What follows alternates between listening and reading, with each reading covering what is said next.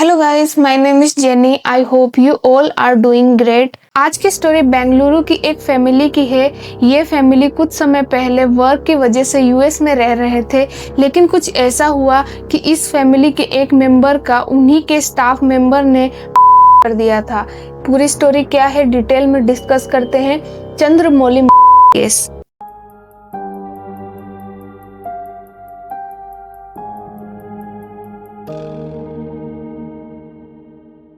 Chandramouli नागामलैया originally तो धर्मावरम आंध्र प्रदेश के रहने वाले थे, लेकिन वो 2018 से पहले बेंगलोर में रह रहे थे और वहीं पर उनकी शादी निशा नाम की लड़की से हुई थी। चंद्रमौली का बेंगलुरु में एक पीजी था और उनका एक होटल भी था। पीजी तो बहुत अच्छा ग्रो कर रहा था, लेकिन होटल इतनी अच्छी कमाई नहीं दे रहा था। चंद्रमौली के एल्डर ब्रदर और सिस्टर होटल मैनेजमेंट से जुड़े हुए थे और वो यूएस में हॉस्पिटैलिटी का ही वर्क करते थे। चंद्रमौली को भी लगा कि उन्हें भी यूएस में जाकर वर्क करना चाहिए, लेकिन इसी बीच उनका एक बेटा भी होता है। इसीलिए चंद्रमौली ने डिसाइड किया कि पूरी फैमिली ही यूएस में शिफ्ट हो जाएगी। 2018 में ये फैमिली यूएस चली जाती है। अमेरिकी स्टेट टेक्सास में डलास सिटी के एक मोटेल में चंद्रमौली मैनेजर की पोस्ट पर काम करते हैं। इस मोटेल का नाम डाउनटाउन स्वीट्स होता है और जनरली मोटेल होटल से छोटे होते हैं और फैसिलिटीज भी होटल से कम होती है। चंद्रमौली की पूरी फैमिली मोटेल में ही रहती है और इस मोटेल में 2 स्टाफ मेंबर भी होते हैं। एक लेडी होती है जो कि यूएस की ही रहने वाली होती है और दूसरा स्टाफ मेंबर मैन था जिसका नाम मार्टिनेज था और वो क्यूबा का रहने वाला था, लेकिन उसे इंग्लिश थोड़ी कम समझ में आती थी। चंद्रमौली हमेशा सुबह उठने के बाद हर रूम को चेक किया करते थे कि उनमें कोई कमी तो नहीं है। 10 सितंबर 2025 को भी सुबह 8:30 के आसपास चंद्रमौली रूम ही चेक कर रहे थे और ऐसे ही एक रूम में वॉशिंग मशीन खराब था। चंद्रमौली ने दोनों स्टाफ मेंबर को बुलाया और उनको कहा कि कोई भी न्यू कस्टमर वॉशिंग मशीन को यूज न करे, इस बात का ध्यान रखना क्योंकि वॉशिंग मशीन खराब है। लेकिन चंद्रमौली ने ये बात फीमेल स्टाफ को देखकर कही और कहा कि मार्टिनेज को ट्रांसलेट करके बता देना। चंद्रमौली ने ऐसा सिर्फ इसलिए किया क्योंकि मार्टिनेज को इंग्लिश नहीं आती थी। उनका दूसरा और कोई रीजन नहीं था, लेकिन मार्टिनेज को उनका ये बिहेवियर अच्छा नहीं लगा था। उसे गुस्सा आया कि उन्होंने उससे डायरेक्टली क्यों नहीं कहा। इसी बात को लेकर मार्टिनेज झगड़ा करने लगा। शुरुआत बातचीत से हुई, फिर उसने हाथापाई स्टार्ट कर दी। अब चंद्रमौली मार्टिनेज के गुस्से से डर गए और उससे जान बचाकर भागने लगे। चंद्रमौली रूम से बाहर निकलने की कोशिश करने लगे, लेकिन मार्टिनेज दरवाजा रोककर खड़ा हो गया। उन्होंने इसके बाद खिड़की से बाहर कूदकर अपनी जान बचाने की कोशिश की। रूम फर्स्ट फ्लोर पर था और चंद्रमौली किसी तरह अपनी जान बचाकर उस रूम से बाहर निकलते हैं और भागते हुए नीचे की तरफ आते हैं। इसी बीच मार्टिनेज ने कहीं से धारदार हथियार ले लिया था और वो चंद्रमौली का पीछा करते करते नीचे तक आ जाता है।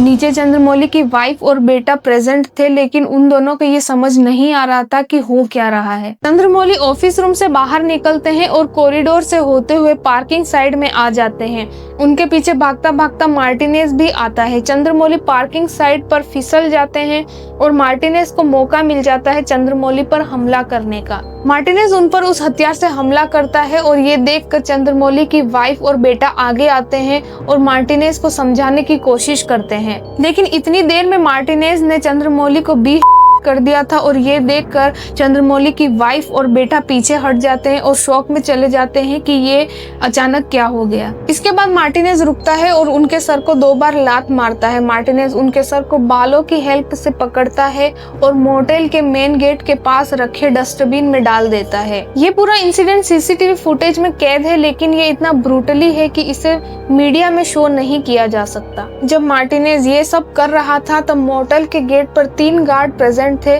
लेकिन ये सीन इतना हॉरिबल था कि मार्टिनेज को किसी ने भी रोकने की कोशिश नहीं की थी। मार्टिनेज चंद्रमौली के सर को डस्टबिन में डालकर मोटेल से बाहर चला जाता है, लेकिन इतनी सी देर में एक फायर ब्रिगेड की गाड़ी मोटेल में आती है। शायद किसी ने इमरजेंसी में इन्फॉर्म कर दिया होगा। इन तीनों गार्ड ने फायर ब्रिगेड के स्टाफ को इशारा किया कि मार्टिनेज किस तरफ गया है, जिसके बाद फायर ब्रिगेड के स्टाफ ने उस एरिया की पुलिस को इन्फॉर्म किया और इन दोनों ने मार्टिनेज को पकड़ लिया था। पुलिस मार्टिनेज से इंटरोगेशन करती है, जिसके बाद मार्टिनेज ने एक्सेप्ट कर लिया था कि उसी ने ही चंद्रमौली का किया है। इसके बाद मार्टिनेज का अरेस्ट मेमो रेडी होता है और फिर उसे डलास जेल भेज दिया जाता है और उसका बयान दर्ज किया जाता है। पुलिस मोटेल भी जाती है और उस लेडी स्टाफ का स्टेटमेंट भी लेती है। उस मोटेल में प्रेजेंट सभी का स्टेटमेंट लिया जाता है, जिसके बाद पुलिस डेड बॉडी को अपने अंडर लेती है और हॉस्पिटल में पोस्टमार्टम के लिए भेज देती है। इसके बाद मार्टिनेज की पूरी स्टोरी पता चलती है। मार्टिनेज का पूरा नाम योर्डानिस कोबोस मार्टिनेज था। मार्टिनेज कुछ सालों से यूएस में इलीगल तरीके से रह रहा था और उसके ऊपर कार चोरी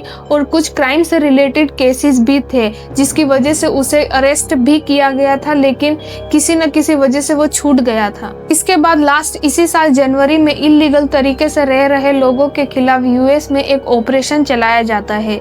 मार्टिनेज उस समय इसी मोटेल में काम कर रहा था और पुलिस भी उसको इस ऑपरेशन की वजह से पुलिस स्टेशन लेकर चली जाती है। पुलिस ने मार्टिनेज को उसके देश क्यूबा भेजने की तैयारी की, लेकिन क्यूबा की गवर्नमेंट ने मार्टिनेज को लेने से इनकार कर दिया था क्योंकि उसके ऊपर क्रिमिनल चार्जेस थे। अब क्यूबा तो भेज नहीं सकते, इसीलिए यूएस की गवर्नमेंट ने सोचा कि मार्टिनेज को किसी थर्ड कंट्री में भेज दिया जाए, लेकिन कोई भी कंट्री एक क्रिमिनल को क्यों ही एक्सेप्ट करेगी। इस चक्कर में जब बात नहीं बनी तो कुछ दिन तो मार्टिनेज को डिटेंशन सेंटर में रखा गया था, लेकिन कुछ समय बाद उसे छोड़ दिया गया था। इसके बाद मार्टिनेज वापस मोटेल आ जाता है और वो वहीं पर काम करने लग जाता है। अब इस मर्डर की वजह से मार्टिनेज जेल में है और इस बार उसका बचना मुश्किल है। इस ब्रूटली के चार्जेस पर उसे या तो लाइफ टाइम इम्प्रिजनमेंट की सजा मिलेगी या फिर फांसी की सजा भी मिल सकती है। इस इंसिडेंट के होने के बाद जब इंडियन एजेंसी को इस बात की खबर पहुंची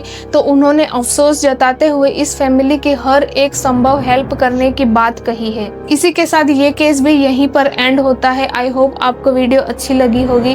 then please like, share, comment and subscribe my channel. Okay, bye bye.